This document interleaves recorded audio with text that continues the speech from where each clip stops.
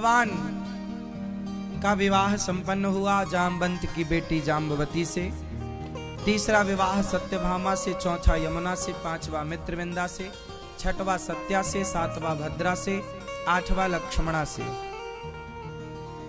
भौमासुर नाम का एक दैत्य था जिसने 16,100 कन्याओं को बंदी बना रखा था।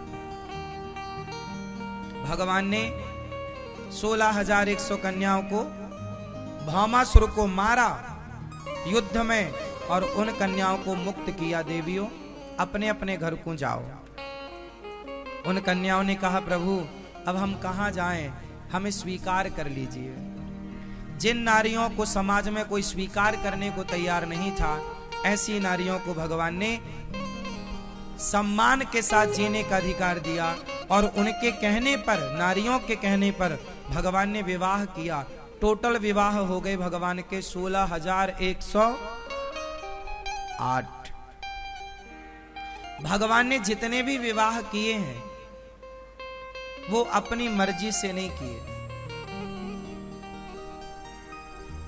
कुछ लोग कहते हैं ना भगवान ने इतने सारे विवाह क्यों किए। भगवान ने थोड़ी विवाह किए हैं। भगवान तो कन्याओं को जेल से मुक्त कराए थे।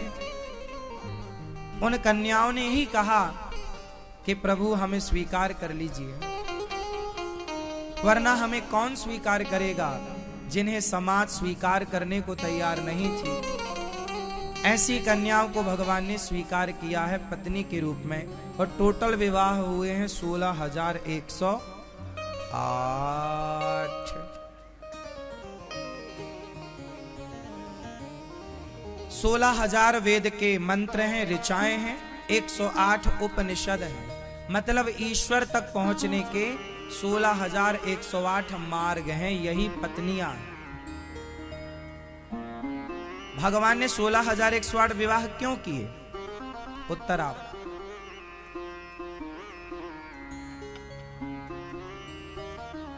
मैया याद कर लो, भगवान ने 16,108 विवाह क्यों किए? उत्तर दो।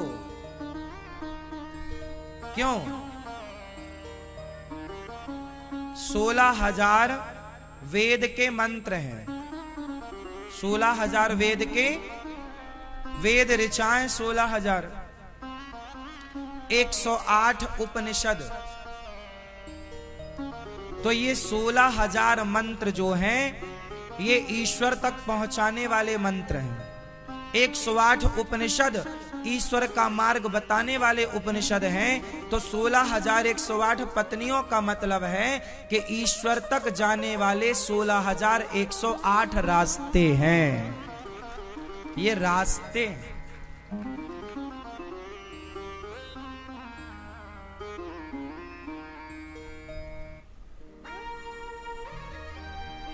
भगवान तक पहुंचने के मार्ग हैं।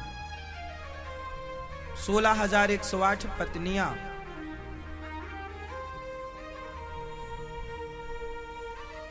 पारक्षणे धातु से पत्नी बनता है। तो जो वेदों की रक्षा करें, जो उपनिषद के मार्ग पर, वेदों के मार्ग पर चलने वालों की रक्षा करें, वो भगवान हैं। ये 16,108 पत्नियों का अर्थ है।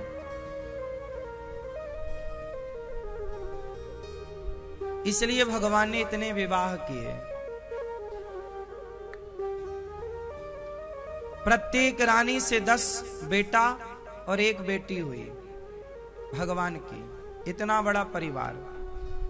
हर रानी के लिए एक महल था और जितनी रानियां थीं उतने रूपों में भगवान प्रत्येक रानी के पास वहां रहा भी करते थे। ऐसा नहीं कि आज इस रानी के पास है तो उस रानी के पास थोड़ी होंगे, लेकिन नहीं, भगवान है।